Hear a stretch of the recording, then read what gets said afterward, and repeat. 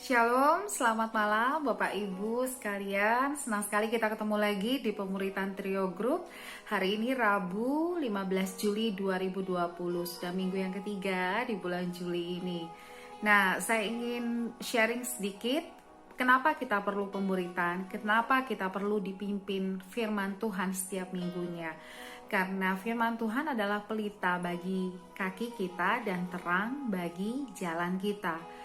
Pelita bagi kaki itu bicara mengenai tuntunan ilahi bagi jalan kita step by step.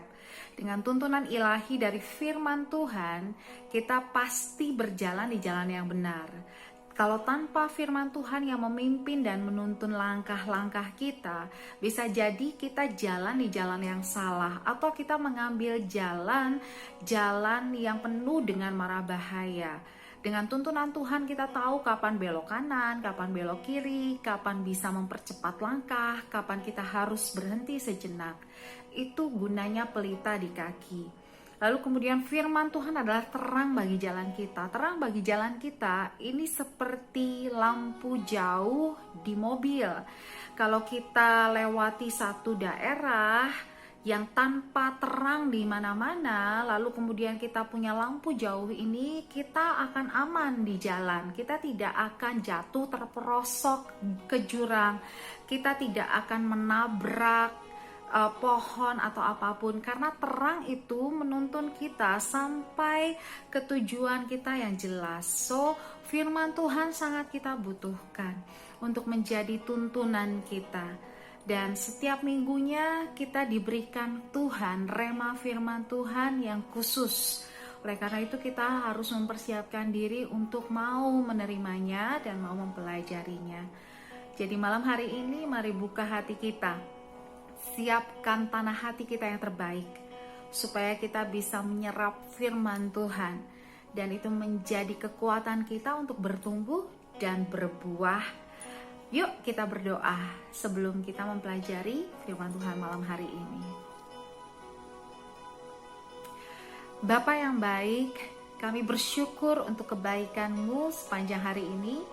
Kami sudah melakukan banyak kegiatan, banyak aktivitas, dan semuanya kami lalui dengan kekuatan daripada Tuhan.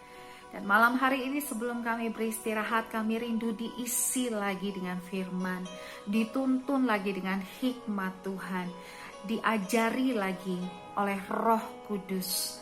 Kami mohon Tuhan, biarlah waktu-waktu ini menjadi waktu kami bersekutu intim dengan Tuhan, sehingga tubuh roh kami dikuatkan. Kami mohon Roh Kudus berbicara dan menyampaikan isi hati Tuhan kepada setiap kami. Karena bukan hikmat manusia, bukan pengetahuan dunia yang kami butuhkan, tetapi isi hati Tuhan untuk setiap kami itu yang kami perlukan dan itu yang berkuasa. Oleh karena itu pakai hamba-Mu supaya menjadi alat untuk menyampaikan suara-Mu saja.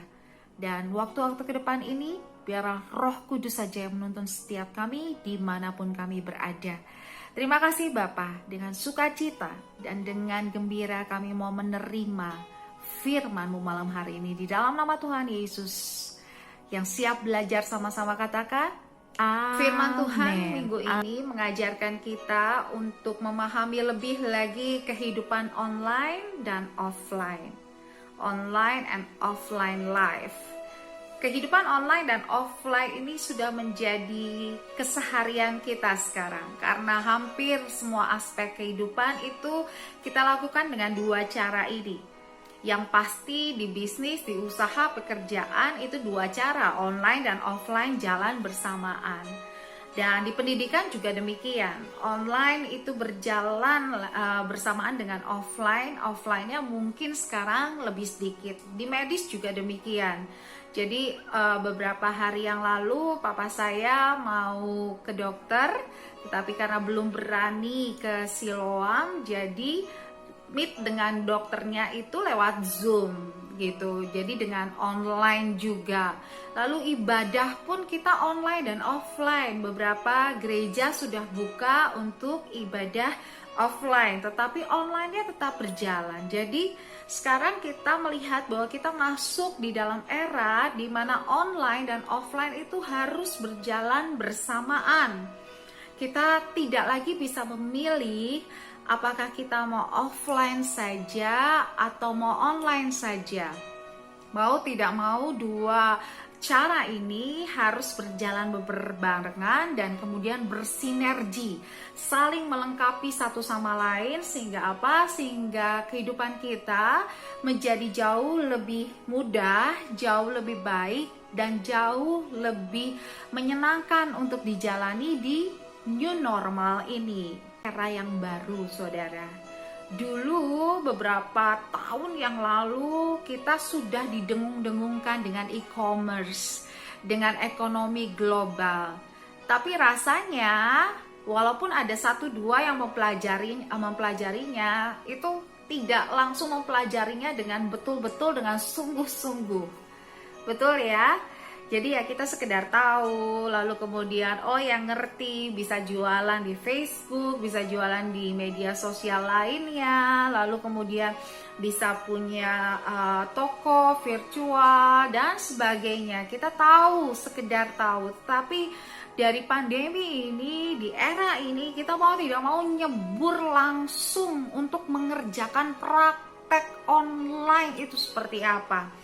Tadinya kita tahu homeschooling, tapi ya kita sekedar tahu itu aja. Kalau nggak butuh-butuh banget homeschooling ya sekolah offline. Tapi sekarang mau tidak mau, semua orang tua memperlengkapi anaknya dengan peralatan untuk sekolah online. Untuk ibadah juga sama. Saya berkali-kali harus mengajari papa saya untuk masuk ke Zoom ketika ada ibadah rumah tangga namanya ya, ibadah sektor di tempat kita itu lewat Zoom. Lalu kemudian masuk di YouTube, kita harus ajari beliau gitu. Mau tidak mau, dengan cara agak dipaksa kita mempelajari dan mempraktekkan langsung kehidupan online ini. Sekarang ini kita berjalan bersamaan online dan offline. Tetapi mungkin beberapa tahun ke depan online akan lebih dominan daripada offline. Saya nggak tahu ya kapan waktunya, tapi teknologi akan lebih canggih. Mungkin kehidupan online itu akan lebih dominan. Mungkin nanti bertahun-tahun ke depan yang namanya untuk kerja macet-macetan 2 jam pergi dan 2 jam pulang itu udah gak zaman. Sudah tidak perlu lagi ke kantor. Segala sesuatunya sudah lewat elektronik, lewat media sosial, lewat internet. Kita gak tahu ke depannya, tetapi paling tidak kita harus sadar bahwa sekarang ini kita dalam masa di mana online dan offline itu harus berjalan bersamaan. Tetapi kita tahu bahwa cara online dan cara offline itu jauh berbeda. Peralatannya berbeda, keahliannya berbeda. Kita harus bisa menggunakannya. Kita harus bisa memakai perangkat-perangkatnya. Dan jangkauannya pun berbeda. Kesempatan-kesempatan yang bisa diraih dengan cara online dan cara offline itu juga jauh berbeda. So, kita harus betul-betul mempelajarinya supaya apa? Supaya kesempatan itu terbuka luas di hadapan kita. Kita tahu bahwa online itu kita connect, terhubung dengan satu power yang luar biasa yang menguasai seluruh dunia sekarang, yaitu power internet. Dengan power internet ini, bisnis, usaha, dan pekerjaan kita itu sudah tanpa batas. Yang tadinya dengan offline, dengan toko, kita hanya tinggal nunggu customer yang datang ke toko kita. Kita layani dengan sebaik-baiknya supaya ada penjualan. Tetapi dengan cara online, dengan kekuatan, dengan power dari internet, itu bisa menembus batas, batas ruang, batas waktu, tidak kenal daerah lagi. Bisa yang beli dari luar daerah, bisa juga dari luar negeri, tergantung sejauh mana kita bisa berkompetisi di dunia ekonomi e-commerce ini. So, saudara, yang namanya online dan offline itu punya jangkauan yang jauh berbeda. Kalau kita jalani bersama-sama online dan offline ini, lalu kita maksimalkan dua-duanya, itu artinya kita sedang membuka pintu-pintu yang luar biasa untuk bisnis usaha kita, untuk perkembangan diri kita, untuk pendidikan kita, untuk kesehatan kita, dan lain sebagainya. Mungkin sekarang kita cuma bisa connect dengan dokter-dokter yang ada di Indonesia, tapi rasanya sudah mulai orang bisa berkonsultasi dengan dokter dari luar negeri karena internet ini. Jadi sudah tidak ada batas lagi, sudah tidak ada boundaries lagi. Nah, kita masuk dalam satu era tanpa batas. Saya agak terkesima juga dengan ibadah online, karena ternyata yang ikut ibadah online di live streaming di gereja di tempat saya melayani itu ada yang dari Malaysia, ada yang dari Australia, ada yang dari Jepang. Bukan cuma ikut ibadah, sekarang komsel di tempat kami saja itu komselnya ada orang yang dari Australia, ada orang yang dari Jepang, ada orang yang dari Malaysia, ada orang yang dari Singapura. Komsel saja sudah tidak ada batasan teritori lagi. Itu kehebatan dari power internet. So, yuk kita perluas lagi wawasan kita, kita maksimalkan lagi.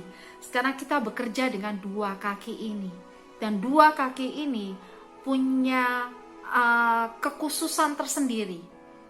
Memang online sekarang menurut saya punya kesempatan yang jauh lebih besar, tapi tetap saja ada hal-hal yang tidak bisa dilakukan dengan secara online. Yang namanya personal touch hanya ada di offline. Mungkin kita bisa gabungkan ini. Tidak ada online yang tanpa touch dari offline. Tidak ada offline yang tanpa touching dengan online. So, dua-duanya ini harus bersinergi bersama. Saudaraku, demikian juga dengan kehidupan rohani. Kehidupan rohani ada yang kehidupan rohani online dan kehidupan rohani offline. Kehidupan rohani online ini yang saya katakan ketika kita terkoneksi, terhubung dengan satu power, bahkan ini sumber dari segala sumber power, yaitu Tuhan sendiri, Roh Kudus sendiri. Kalau kita terhubung dengan power yang super power ini, maka kesempatan-kesempatan, pintu-pintu, jalan-jalan yang terbuka di depan kita, jangkauannya jauh lebih luas, jauh lebih besar, jauh lebih luar biasa daripada kalau kehidupan rohani kita offline dari power ini. Saudara, sama seperti gadget yang kita miliki. Secanggih apapun gadget ini, kalau tidak ada power listriknya, percuma. Dia perlu connect ke power listrik ini supaya dia bisa berfungsi maksimal. Jadi saudara, saya rindu saudara melihat bahwa engkau berjalan bersama dengan Tuhan, berjalan tanpa Tuhan itu jauh berbeda. Kesempatan dan prestasi berkat yang bisa engkau raih, yang bisa engkau capai itu jauh berbeda. Ada banyak orang berpikir bahwa untuk urusan bisnis, usaha saya nggak perlulah bawa-bawa Tuhan. Tuhan itu juga nggak ngerti kok tentang bisnis, tentang ekonomi. Wow, saudaraku, kita harus mulai mengerti bahwa Roh Kudus yang kita punya, Allah yang kita sembah, Yesus yang menjadi Tuhan dan keselamatan kita, Dia adalah pencipta alam semesta. Dia tahu semuanya.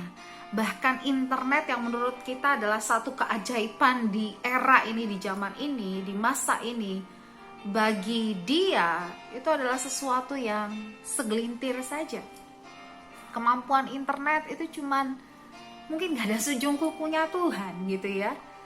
Oleh karena itu kita punya privilege, kita punya kehormatan, kita punya koneksi yang luar biasa yang tidak semua orang punya, yaitu kita bisa koneksi langsung dengan Roh Kudus yang adalah roh dari Allah sendiri. Dia adalah kuasa yang sama yang membangkitkan Yesus dari kematian. Kita punya koneksi dengan roh ini langsung. Bahkan dia tinggal di dalam kita. Kita disebut bait Allah karena roh Allah berdiam di dalam kita. Tetapi masalahnya jarang sekali kita connect dengan dia. Jarang sekali kita terkoneksi dengan super power ini. Karena kita merasa bahwa kita bisa berjalan sendirian. Kita bisa mengerti. Kita bisa tahu apa yang harus kita lakukan. Oleh karena itu saudara, malam hari ini saya mengajak saudara untuk membuka hati supaya kita mendapatkan pengertian yang lebih lagi bahwa hidup bersama dengan Tuhan, berjalan bersama dengan Tuhan, melakukan pekerjaan bersama dengan Tuhan, melakukan bisnis dan usaha bersama dengan Tuhan, menjalani kehidupan pernikahan, menjalani kehidupan keluarga bersama dengan Tuhan, menjaga kesehatan bersama dengan Tuhan. Semuanya yang kita lakukan bersama dengan Tuhan, itu hasilnya dan jangkauannya, berkatnya itu jauh lebih besar dari apa yang kita sanggup pikirkan, dan sangat jauh daripada ketika kita tidak bersama dengan Tuhan. Kita mau baca satu firman Tuhan ini yuk, dari Galatia 2 ayat 20. Saya bacakan buat saudara. Namun aku hidup, tetapi bukan lagi aku sendiri yang hidup, melainkan Kristus yang hidup di dalam aku.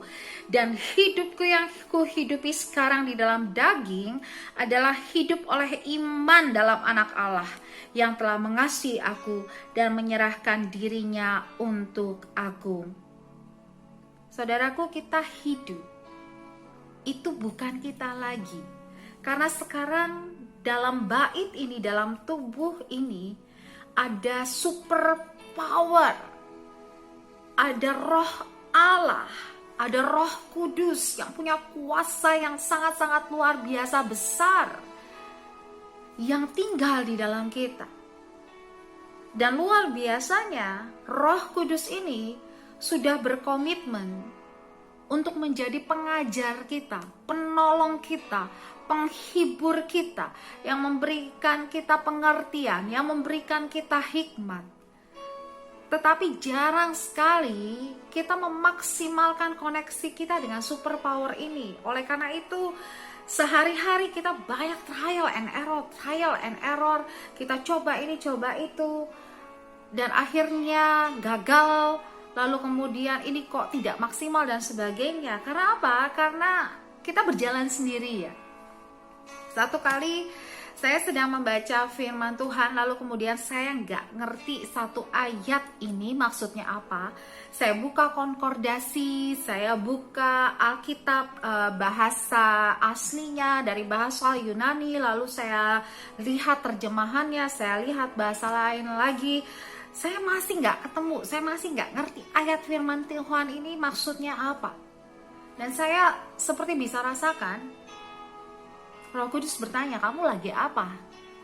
Saya bilang, saya nggak ngerti yang ini. Lalu Roh Kudus dengan mudahnya itu mengingatkan saya, kenapa kamu nggak tanya saya? Apakah menurut kamu saya nggak tahu itu? Karena toh dengan hikmat saya, penulisnya menulis ayat itu. Dan saya langsung berpikir, oh ya, I'm so sorry Lord, gitu. Saya minta maaf, saya minta ampun Tuhan, saya minta ampun. Untuk mempelajari ini, saya menggunakan kekuatan saya sendiri. Lalu kemudian saya bilang, Tuhan, Roh Kudus, tolong ajarin aku. Dan dengan sekejap, dia bukakan hikmat bagi saya. Lalu kemudian dia koneksikan dengan ayat-ayat yang lain. Dan saya mengerti tentang ayat itu yang sudah berhari-hari saya coba untuk mengerti dan saya nggak mengerti. Saudaraku, apapun kehidupan kita, aspek apapun dalam kehidupan kita, Roh Kudus jauh lebih tahu, Roh Kudus jauh lebih mengerti. Ada satu hamba Tuhan, gembala saya, itu waktu tahun 98, anaknya sekolah di luar negeri. Sebelum krisis moneter, lalu kemudian di dalam doa pribadinya, makanya ini penting sekali doa pribadi untuk tahu hikmat dari Tuhan. Dalam doa pribadinya, dia diberikan hikmat oleh Tuhan untuk beli dolar sebanyak-banyaknya. Di dalam hatinya terus didorong, beli dolar sebanyak-banyaknya, beli dolar sebanyak-banyaknya, berapapun yang kamu punya, uang berapapun yang kamu punya. Lalu kemudian dia lakukan dan dia taat. Semua uang simpanannya, ada perhiasan istrinya, itu ya dia jual, dia belikan dolar sebanyak-banyaknya. Dia belum tahu untuk apa, dia belum tahu gunanya, tapi dia taat. Roh Kudus berikan hikmat itu dia kerjakan. Dan tidak lama setelah dia membeli dolar ini, tahun 98, beberapa minggu kemudian, dolar langsung naik melejit. Dan ketika semua orang memulangkan anaknya yang kuliah di luar negeri, anak gembala saya ini bisa terus menyelesaikan studinya sampai selesai dari dolar yang Roh Kudus katakan beli sekarang juga. Saudaraku, Roh Kudus, Tuhan itu tahu apa yang akan terjadi besok, apa yang akan terjadi beberapa bulan ke depan. Bahkan dia tahu berkat-berkat apa yang bisa dia curahkan, dia limpahkan untuk saudara dan saya. Tetapi yuk berjalan bersama dengan Roh Kudus. Yuk dalam pimpinan Roh Kudus. Jangan berjalan sendirian. Terus minta hikmat dalam doa, dalam penyembahan pribadi. Bilang, Tuhan hari ini Tuhan mau tuntun saya bagaimana. Tuhan saya mau ketemu dengan klien ini, saya harus bicara apa. That simple things. Kalau Roh Kudus ambil alih, saudaraku, itu bisa dia rubah menjadi satu berkat yang besar. Hari ini, ayo komitmen lagi untuk jalan bersama dengan Tuhan dan mengatakan seperti apa yang Paulus tuliskan. Namun aku hidup, tetapi bukan lagi aku. Bukan aku sendiri yang hidup. Bukan Erli lagi yang hidup. Melainkan Kristus yang hidup di dalam Erli ini. Dan hidup saya ini, yang saya sekarang hidupi di dalam daging, di dalam tubuh ini, adalah hidup karena saya beriman, karena saya percaya di dalam anak Allah yang telah mengasihi saya dan telah menyerahkan dirinya untuk saya. Kalau itu menjadi iman saudara dan saya, dan saudara dengan rendah hati mengatakan, Roh Kudus ambil alih, Roh Kudus akan menavigasi kehidupan saudara, bisnis, pekerjaan, usaha saudara dengan luar biasa, dan saudara akan terkesima dengan apa yang dia lakukan. Saudaraku, semua tokoh yang hebat di Alkitab, baik perjanjian baru maupun perjanjian lama, itu pasti ada satu kalimat yang mengatakan dia dipimpin oleh Roh Kudus. Dia dipenuhi oleh Roh Allah. Saudara bisa baca kisah dari Ayub, saudara bisa baca kisah Daniel, bisa baca juga kisah dari Yeremia, Yeskiel, semua nabi-nabi hebat Tuhan, dan kisah Daud sendiri.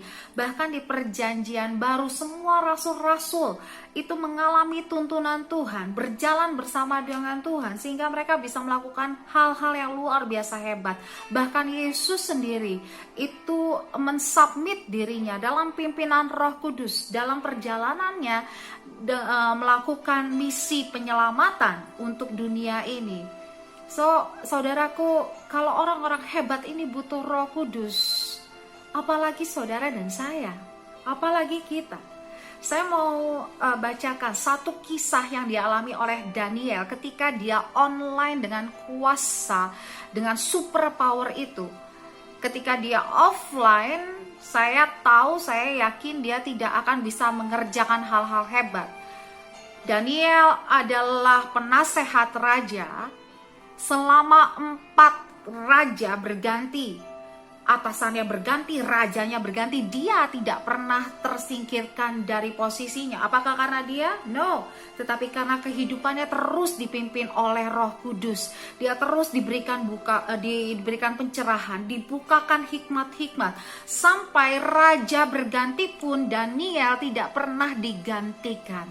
Dan ini satu hal yang pernah dia alami.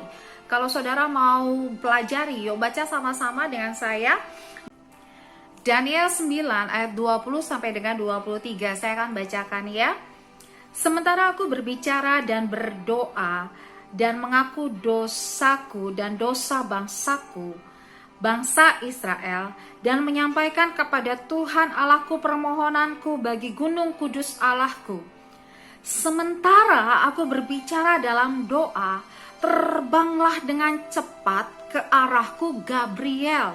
Gabriel ini adalah malaikat, bahkan pemimpin dari pasukan penyampai pesan Allah. Dia yang telah kulihat dalam penglihatan yang dahulu itu pada waktu persembahan korban petang hari. Perhatikan ayat 22 dan 23. Lalu ia mengajari aku dan berbicara dengan aku. Daniel, sekarang aku datang untuk memberi akal budi kepadamu untuk mengerti. Ketika engkau mulai menyampaikan permohonan, keluarlah suatu firman, maka aku datang untuk memberitahukannya kepadamu, sebab engkau sangat dikasihi.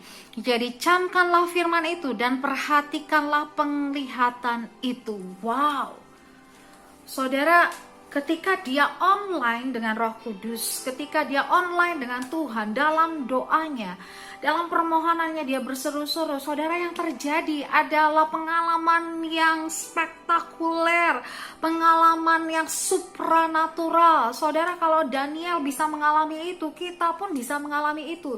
Tetapi kuncinya seberapa erat, seberapa dekat koneksimu dengan superpower yang sudah ada di dalam dirimu.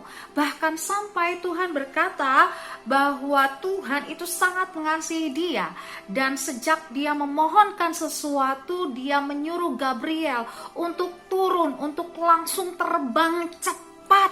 Wow.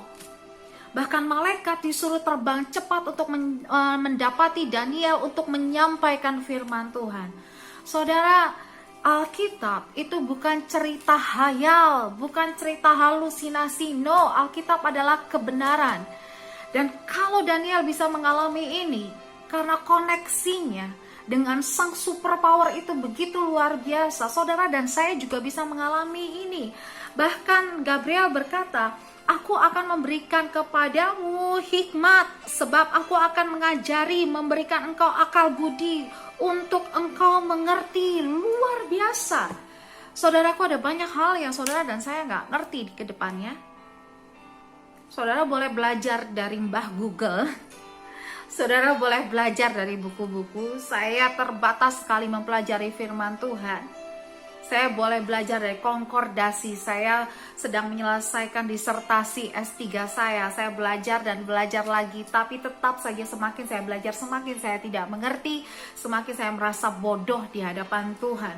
Tetapi ketika kita nggak mengerti, saudara, kalau engkau connect dengan Roh Kudus, dengan superpower ini, Dia sendiri yang akan mengajar engkau, membuka matamu, memberikan pewahyuan, memberikan penglihatan, membuka jalan-jalan di depan yang tadinya engkau tidak lihat, membuat matamu melihat dengan jelas, dengan jernih, jalan-jalan mana yang Tuhan sedang tentukan untuk engkau dan aku. Sehingga apa? Sehingga rancangan Tuhan yang dahsyat, yang sempurna, berkat-berkat terbaik yang sudah Dia sediakan, itu bisa Dia berikan kepada kita. Malam hari ini, berikan hatimu untuk dituntun oleh Roh Kudus. Apapun yang kau kerjakan, seperti minggu lalu aku katakan, berjuang dulu dalam dimensi roh. Katakan permohonanmu, berdoa seperti Daniel, mohon ampun dulu atas dosamu, atas dosa bangsa kita, dan kemudian minta Tuhan untuk menolong, minta Tuhan untuk memberikan pencerahan, minta Tuhan tunjukkan jalan. Dengan cara seperti itu, jangkauan dari kehidupan rohani online dengan Roh Kudus yang jauh lebih besar, yang jauh lebih luar biasa. Kesempatan-kesempatan yang ada di depan itu terbuka dan terbentang jauh lebih luas.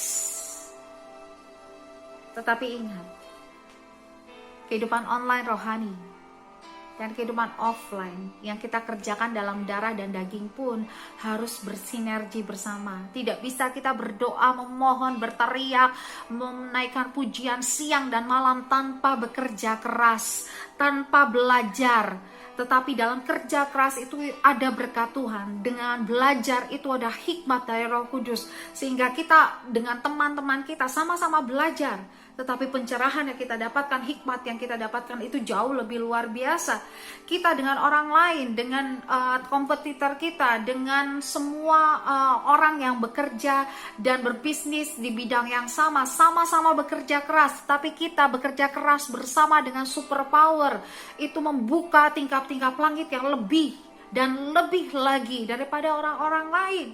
So, malam hari ini, tekadkan hatimu untuk melipat gandakan dan memaksimalkan kehidupan online dan offline.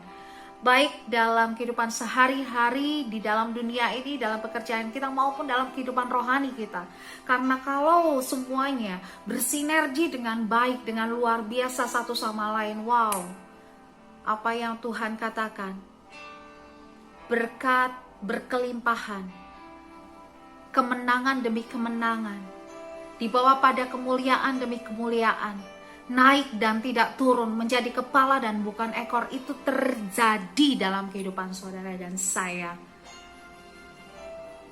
Saya merasakan masa-masa yang di depan ini, ada satu yang besar yang Tuhan akan kerjakan untuk kehidupan kita, terutama untuk usaha dan bisnis kita.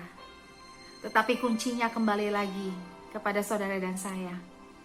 Maukah engkau berjalan bersama dengan superpower yang luar biasa itu, menundukkan diri, merendahkan hati, meminta Dia memimpin setiap gerak dan langkah kita hari lepas hari. Mari saudaraku, kita menutup pemuritan malam hari ini. Kita berdoa bersama. Bapa yang baik, kami bersyukur untuk firman Tuhan ini. Hamba-Mu selesai berbicara, tapi hamba terbatas dalam segala hal. Hamba mohon Roh Kudus memeteraikan firman ini, menjelaskannya lebih lagi kepada setiap anak-anak Tuhan yang mengikuti pemuritan, sehingga sungguh-sungguh Engkau menyediakan masa depan yang penuh harapan bagi setiap kami yang mau belajar dan mau dipimpin oleh Roh Kudus sendiri. Ingatkan kami ya Tuhan, bahwa kami punya Allah yang luar biasa dahsyat. Bahkan kami punya Roh-Mu yang hidup di dalam kami, yang tidak pernah meninggalkan kami. Dan kalau kami bijak, kami akan mengerjakan segala sesuatunya bersama dengan Roh Kudus, berjalan bersama dengan Roh Kudus. Karena itu memastikan jalan kami adalah jalan yang benar, jalan yang tepat, jalan yang paling baik menurut Tuhan. Oleh karena itu Tuhan, biarlah kami diajar hari lepas hari untuk lebih lagi mengandalkan Tuhan, bukan mengandalkan diri kami sendiri, bahkan bukan mengandalkan apapun yang ada di dunia ini. Karena dari pandemi ini kami sudah belajar, tidak ada satupun hal di dunia ini yang bisa bertahan. Hanya Tuhan dan kebenaran firman-Mu saja yang tetap untuk selama-lamanya. Terima kasih Bapa yang baik untuk pemuritan ini, dan kami rindu menaikkan doa yang Engkau ajarkan sendiri buat kami. Bapa kami yang di dalam surga, dikuduskanlah nama-Mu, datanglah kerajaan-Mu, jadilah kehendak-Mu di bumi seperti di surga. Berikanlah kami pada hari ini makanan kami yang secukupnya, dan ampunilah kami akan kesalahan kami, seperti kami juga mengampuni orang yang bersalah kepada kami. Dan jangan biarkan kami masuk ke dalam pencobaan, tetapi lepaskanlah kami daripada yang jahat. Karena Engkau yang punya kerajaan dan kuasa dan kemuliaan sampai selama-lamanya. Amin. Mari angkat hatimu dan terima berkat yang terbaik dari Tuhan. Tuhan Yesus memberkati engkau dan melindungi engkau. Tuhan Yesus menyinari engkau dengan wajahnya dan memberi engkau kasih karunia, kebaikan dan kemurahan. Tuhan Yesus menghadapkan wajahnya kepadamu dan memberi engkau damai sejahtera, sukacita yang dari sorga. Dilimpahi engkau dengan berkat yang terbaik dari Bapa di sorga, cinta kasih dan pengampunan dari Tuhan Yesus, pengajaran, pimpinan, pertolongan, penghiburan dari Roh Kudus akan menyertai engkau sekalian dari malam hari ini sampai Maranatha, bahkan sampai selama-lamanya. Mari bersama-sama katakan amin, amin. Selamat malam, selamat beristirahat, maju terus dalam Tuhan. Tuhan Yesus memberkati.